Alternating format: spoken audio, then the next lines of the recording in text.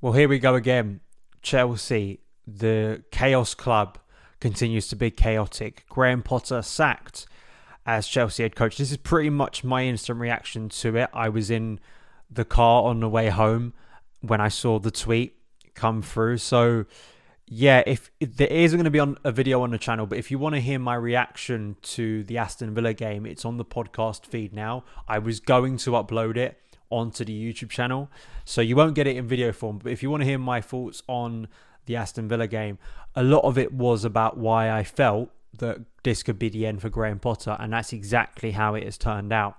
Let's go through the statement. Chelsea have announced that Graham Potter has departed the club. Graham has agreed to collaborate with the club to facilitate a smooth transition. In his time with the club, Graham has taken us to the quarterfinal of the Champions League, where we will face Real Madrid. Chelsea would like to thank Graham for all of his efforts and contribution and wish him well for the future. Bruno Salto, who of course he brought from Brighton, will take charge of the team as interim head coach. And here's the key thing. Co-controlling owners Todd Bowley and Baid Adigbali have said in the statement, on behalf of everyone at the club, we want to thank Graham sincerely for his contributions to Chelsea. We have the highest degree of respect for Graham as a coach and as a person. He has always conducted himself with professionalism and integrity, and we are disappointed in this outcome. Along with our incredible fans, we will all be getting behind Bruno and the team as we focus on the rest of this season. We have 10 Premier League games remaining in the Champions League quarterfinal ahead. We will put every effort and commitment into every one of those games so we can end the season on a high. Astonishing, it really is, but given where we are, given my feelings after last night, I kind of feel like this is kind of the way it has to be. And I put out a thread on Twitter earlier that I'll kind of reiterate here regarding my feelings on Graham Potter. I don't think he failed at Chelsea because he was a nice guy. I don't think he failed at Chelsea because he didn't say lovely catchphrases in press conferences. I think that is an easy way to look at this. But I feel that there is an undeniable factor here, and it was the big question I wrote about and spoke about on this channel when he was appointed back in September, and it was always going to be the make or break thing. Was how does a coach who has worked at one level of expectation move to a different level of expectation of culture? There are a lot of factors, unique factors within that. A ridiculously large squad. At times, he hasn't been very fortunate with injuries. I don't think those are just excuses. He did suffer with some bad injury problems, and there are things at this club that have been broken before him and won't just be resolved by a change in head coach.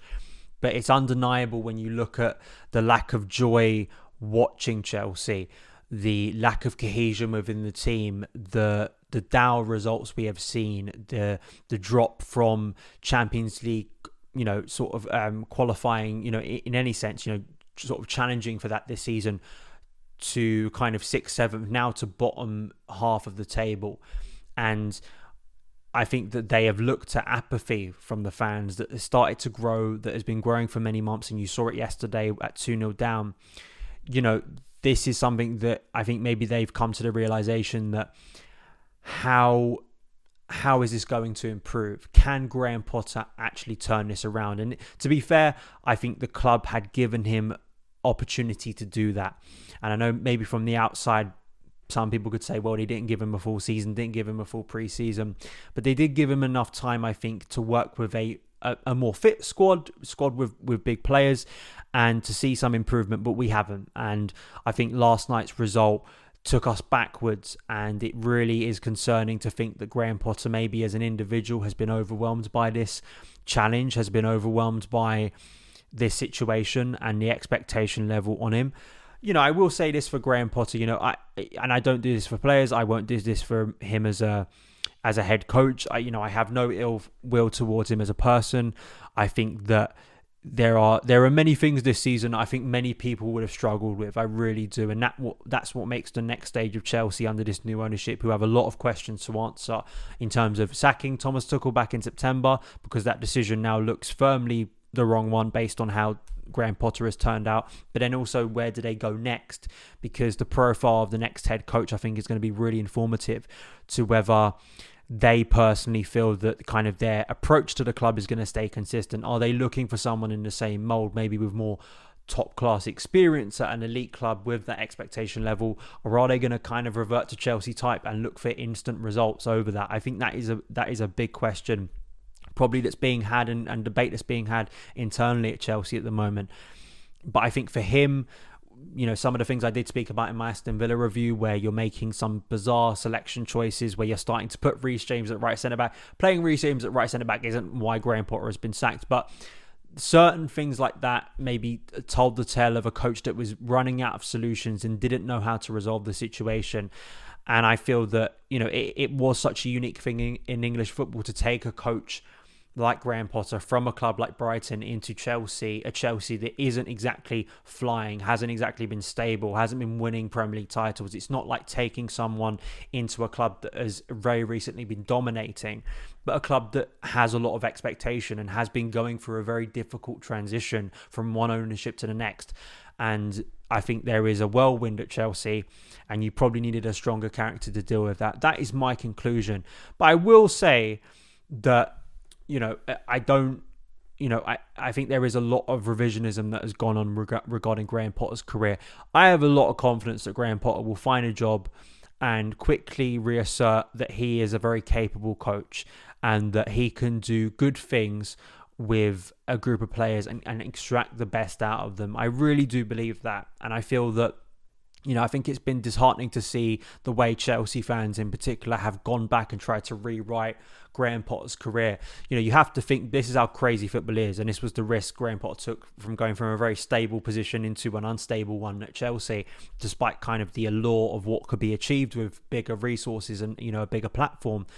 He was a highly regarded coach, and I think that people have quite clearly, at times forgotten that, and forgotten the kind of discourse around Graham Potter. I think that there were a lot of people talking about him potentially for the England job. They were talking about potentially, will he get a big job? And he did, and at Chelsea. And, I think that for Graham Potter, and there is maybe a ruthlessness at Chelsea that I don't think is always healthy in terms of how we view head coaches, how we demand them to kind of perform in a certain way. I don't always think that's the most relevant. But I think him as an individual maybe wasn't prepared for that.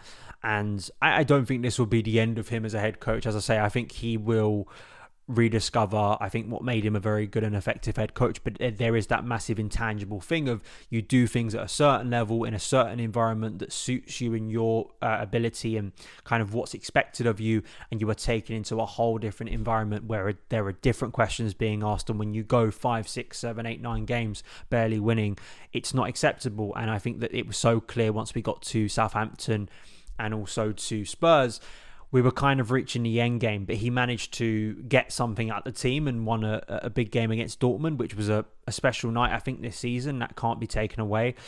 But, for Graham Potter, for what he got wrong, for not managing the team well enough, to not extract enough results, maybe at times, in my opinion, I look back to that first 10 games where I think he was doing a lot more positive things with the team and was maybe trying to implement his ideas. I still feel that maybe he got scared off by a lot of, I think that Brighton result, ironically, I think is going to be a defining one when we look back at Graham Potter's time now, is I think that it scared him out of doing certain things. And I think maybe he reverted and retreated into his shell a little bit.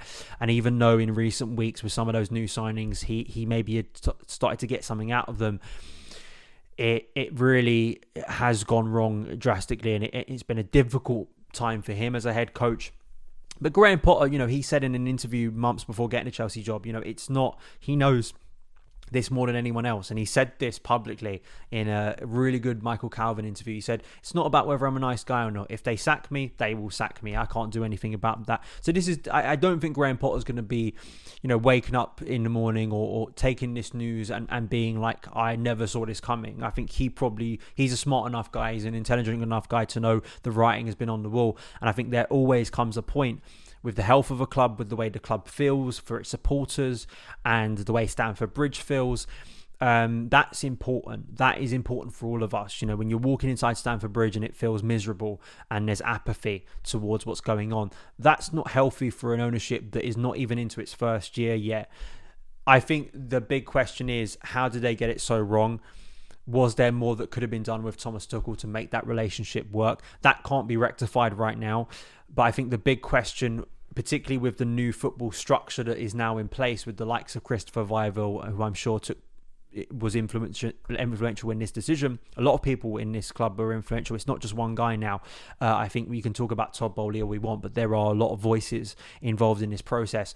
And I think my big thing is, who do you go for next? Because I like a Julian Nagelsmann, but as people pointed out, there are things tactically about him that aren't radically dissimilar to the two previous coaches we've had. And maybe there's some pitfalls there. And also, how long will that last for? Could that be another Thomas Tuchel job where you see a brief upturn, very much a Chelsea kind of approach to things, where we have a brief spell of good form and then it all goes wrong for Nagelsmann?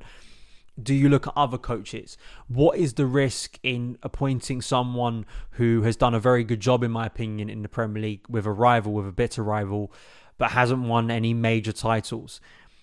You bring in coaches like that. We see the discourse that happens around coaches like that at Chelsea if results don't instantly turn. I think that's the fascinating dilemma they face now, because it's very easy, I think, for them to go into what would be kind of common consensus, and you bring in a big name coach, but there are pitfalls and collateral damage to that, as we have seen at Chelsea in recent years. So I think this is a really, really big call now, because it hasn't worked. They've put so much faith into Graham Potter, but there comes a point when, listen, I said this in January, it's never a case. I like long-term thinking. I think the merry-go-round of coaches is wrong. I think when you just continually, I think it becomes a parody at times. And I think that a lot of the problems Chelsea have faced in the last half decade, Graham Potter doesn't change this. I still think a lot of the problems Chelsea have right now are because the short-term thinking, not only in terms of the dugout, but also in terms of signings and selling players that we probably shouldn't have, that could have contributed more in the long term. But clashing against what is kind of the expectation of us as Chelsea fans, it is a massive thing. And I think to be a character in that position, to kind of face that, I think you need to have something more about you. And that's the truth. I think you need to have something that is going to get people on side. And unfortunately, I don't think Graham Potter was insulting to supporters. I don't think it was, I know some people's sort of opinions on Sarri was that he was dismissive at times of supporters. I don't get that sense of Graham Potter. I really don't see that.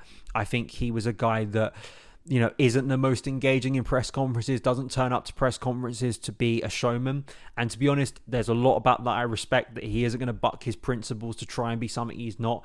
But that in the end didn't mean he was the right coach for Chelsea. He probably will be the right coach for someone else. He was the right coach for Brighton. He was the right coach for Swansea. He was the right coach for Ostersunds. But yeah, I'm fascinated to see where this goes next. Let me know your thoughts on this seismic night for Chelsea Football Club. Listen, we've been here before. We will be here again. And I think at this point, I think we've reached a point of realization with Graham Potter more than any other coach in recent years. Actually, as a fan, I think, once we hit the Southampton game, you weren't really going to be shocked if the news came through on the Monday morning. The fact that it's taken as long as it has for this to inevitably reach the end, kind of says something about the patience he was given. And wish Graham Potter the best. I hope the person they bring in, if they do wait till the summer now to appoint the next guy, I do hope they give a long, hard think. There's no guarantees in football like there aren't in transfers, but I think that the character and the experience of that character inside an elite culture or a club that is expected to win big titles, I think is key. I think you have to have someone who either has a strength of character like uncovering a Jose, who can step into these shoes and fill them instantly because he just is that weight of personality, or you have someone that knows and has recent experience of dealing in that environment. I think that is key. I think that has to be top of the list. But we don't know where Chelsea go because this is new ownership. So those are my thoughts. Let me know yours in the comments below, and I will see you again very soon. All the best.